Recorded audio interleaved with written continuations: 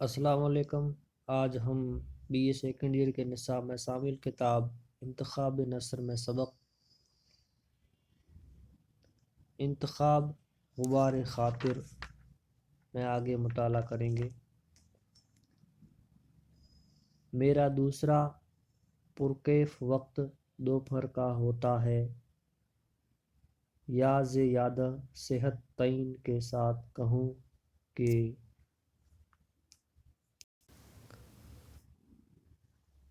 زوال کا ہوتا ہے۔ لکھتے لکھتے تھک جاتا ہوں تو تھوڑی دیر کے لیے لیٹ جاتا ہوں، پھر اٹھتا ہوں اور غسل کرتا ہوں، چائے کا دور تازہ کرتا ہوں اور تازہ دم ہو کر پھر اپنی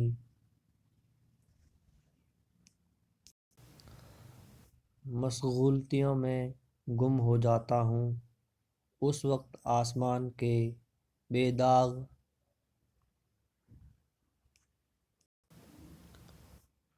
نیلگونی اور سورج کی بے نقاب درخشندگی کا جی بھر کے نظارہ کروں گا اور رواق دل کا ایک ایک دریچہ کھول دوں گا۔ گوشہ ہائے خاطر افسردگیوں اور گرفتگیوں سے کتنے ہی غبار آلود ہوں، لیکن آسمان کی کشادہ پیشانی اور سورج کی چمکتی ہوئی خندہ روئی دیکھ کر ممکن نہیں کہ اچانک روشن نہ ہو جائیں۔ لوگ ہمیشہ اس کھوج میں لگے رہتے ہیں کہ زندگی کو بڑے بڑے کاموں کے لیے کام میں لائیں، لیکن نہیں جانتے کہ یہاں ایک سب سے بڑا کام خود زندگی ہے، یعنی زندگی کو ہنسی خوشی کاٹ دینا۔ یہاں اس سے زیادہ سہل کام کوئی نہ ہوا کہ مر جائیے، اور اس سے زیادہ مشکل کام کوئی نہ ہوا کہ زندہ رہیے۔ جس نے یہ مشکل حل کر لی، اس نے زندگی کا سب سے بڑا کام انجام دے دیا۔ غالباً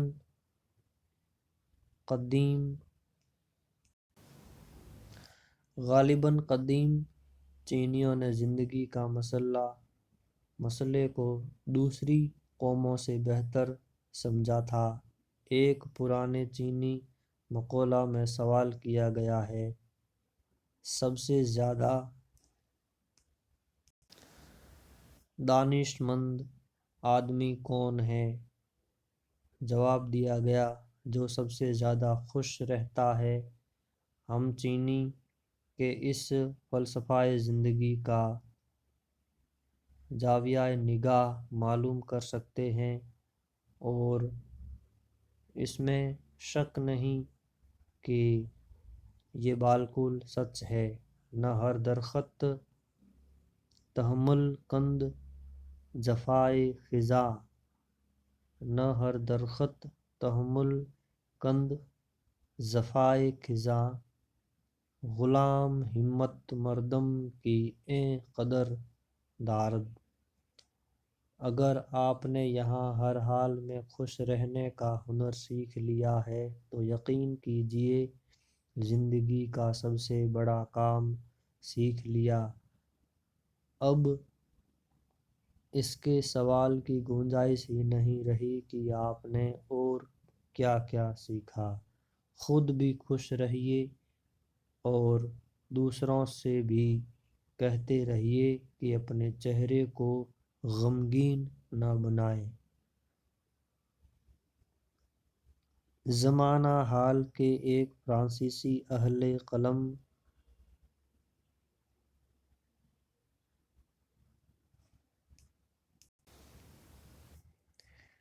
آندری ژیڈ کی ایک بات مجھے پسند آئی جو اس نے اپنی خود نوشتہ سوانح میں لکھی ہے۔ خود رہنا ایک خوش رہنا ایک طبی احتیاج ہی نہیں ہے بلکہ یہ ایک اخلاقی ذمہ داری ہے، یعنی ہماری انفرادی زندگی کی نوعیت کا اثر صرف ہم ہی تک محدود نہیں رہتا، وہ دوسروں تک بھی متعدی ہوتا ہے، یا یوں کہیے کہ ہماری ہر حالت کی چھوٹ دوسروں کو بھی لگتی ہے۔ اس لیے ہمارا اخلاقی فرض ہوا کہ خود افسردہ خاطر ہو کر دوسروں کو افسردہ خاطر نہ بنائیں۔ افسردہ دل افسردہ کند انجمن راہ۔ ہماری زندگی ایک آئینہ خانہ ہے، یہاں ہر چہرے کا عکس بیک وقت سینکڑوں آئینوں میں پڑنے لگتا ہے۔ اگر ایک چہرے پر بھی غبار آ جائے گا تو سینکڑوں چہرے غبار آلود ہو جائیں گے۔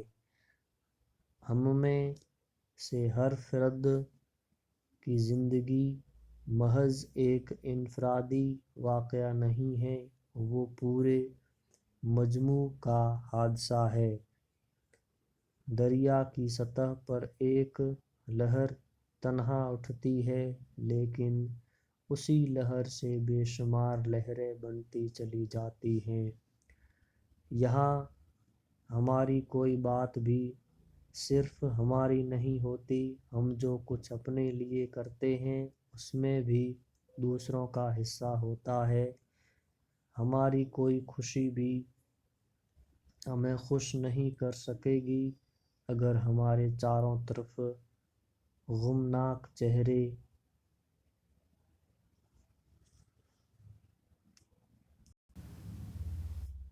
اکٹھے ہو جائیں گے۔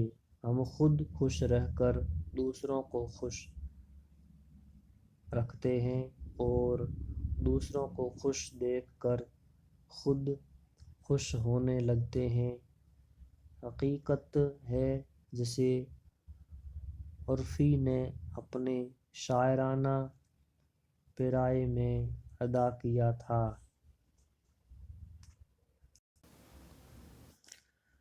بدیدار تو دل سادنند باہم دوستان تو، بدیدار تو دل سادنند باہم دوستان تو، ترا ہم شادماں خواہم چو روئے دوستان بینی۔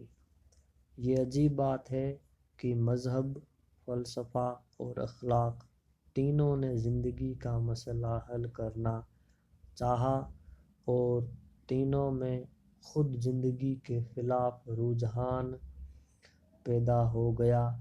عام طور پر سمجھا جاتا ہے کہ ایک آدمی جتنا زیادہ بجھا دل اور سوکھا چہرہ لے کر پھرے گا اتنا ہی زیادہ مذہبی، فلسفی اور اخلاقی قسم کا ہوگا۔ گویا علم اور تقدس دونوں کے لیے یہاں ماتمی زندگی ضروری ہوئی۔ مذہب اور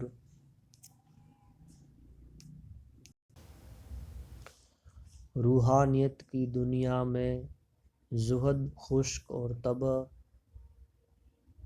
خنک کی اتنی گرم بازاری ہوئی کہ اب زہد مزاجی اور حق آگاہی کے ساتھ کسی ہنستے ہوئے چہرے کا تصور ہی نہیں کیا جا سکتا۔ دینداری اور ثقافت طبع تقریباً مرادف لفظ بن گئے ہیں، یہاں تک کہ قاآنی کو کہنا پڑا تھا: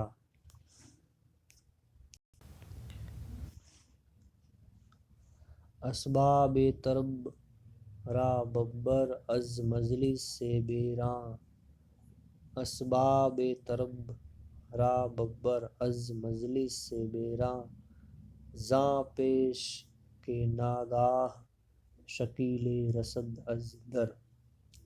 آپ جانتے ہیں کہ اہل ذوق کی مجلس سے طرب تنگ دلوں کے گوشائے خاطر کی طرح تنگ نہیں ہوتی، اس کی وسعت میں بڑی سمائی ہے، لیکن اتنی سمائی ہونے پر بھی اگر کسی چیز کے وہاں گنجائش نہ نکل سکی تو وہ زاہدان خشک کے ضخیم اور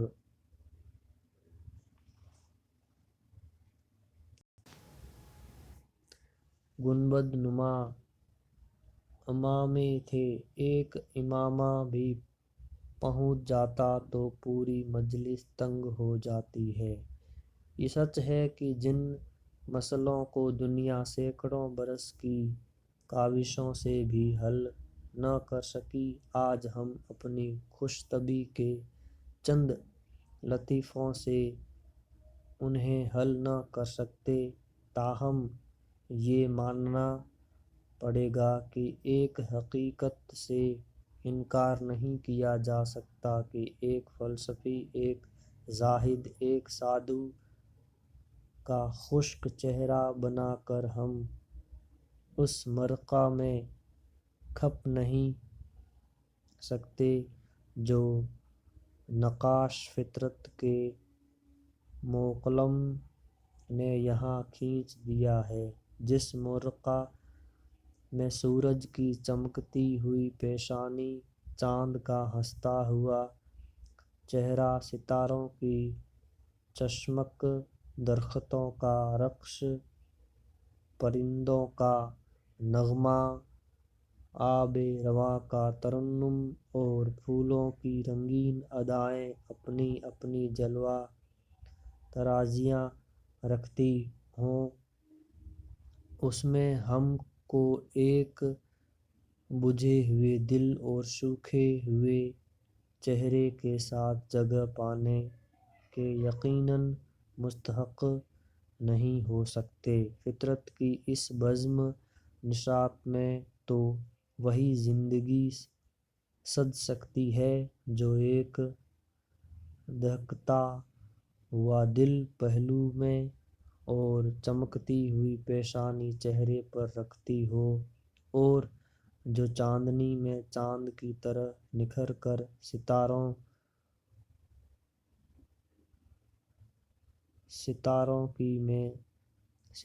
کی طرح چمک کر، پھولوں کی صف میں پھولوں کی طرح کھل کر اپنی جگہ نکال سکتی ہو۔ شکریہ۔